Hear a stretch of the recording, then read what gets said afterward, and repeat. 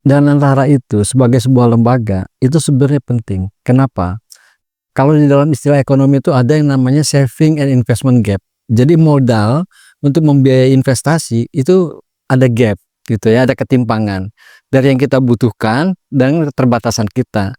Nah, kemudian Danantara hadir, tujuannya adalah untuk mengakselerasi investasi sebenarnya dengan cara dia mengonsolidasikan BUMN.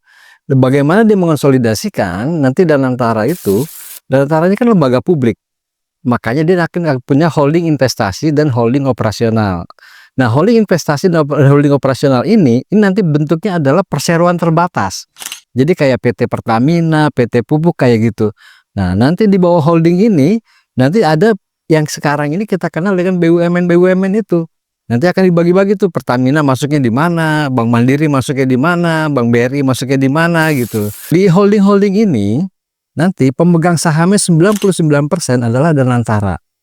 Pemerintah punya pegang saham 1% yang namanya saham merah putih yang punya hak veto. Sekaligus bisa mengganti direksi dan dewan komisaris, juga bisa mengusulkan agenda dalam pembahasan RUPS. Jadi itu keistimewaan yang tidak dimiliki oleh pemegang saham yang lain gitu.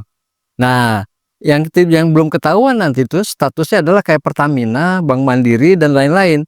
Apakah mereka akan tetap menjadi BUMN atau tidak? Nah, itu bisa jadi mereka bukan lagi BUMN. Kenapa? Karena mereka itu ada kepemilikan pemerintah itu tidak langsung lewat holding-holding tadi, holding investasi dan holding itu. Nah, disitulah kemudian powernya Danantara. Danantara juga nanti yang akan menentukan apakah BUMN ini layak mendapatkan penyertaan modal negara atau tidak. Kalaupun layak, berapa besarannya? Nah, ini juga dia nanti yang akan menentukan itu. Jadi kalau ada penyertaan modal pemerintah yang baru, modal negara yang baru, Danantara yang akan menentukan.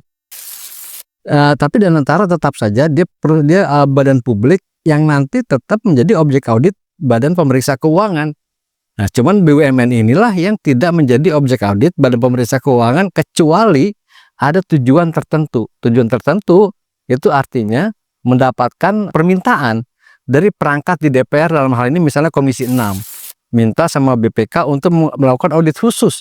Misalnya ke tadi holding investasi atau holding operasional, atau ke Pertamina, atau ke Bank Mandiri, atau ke Antam misalnya kayak gitu.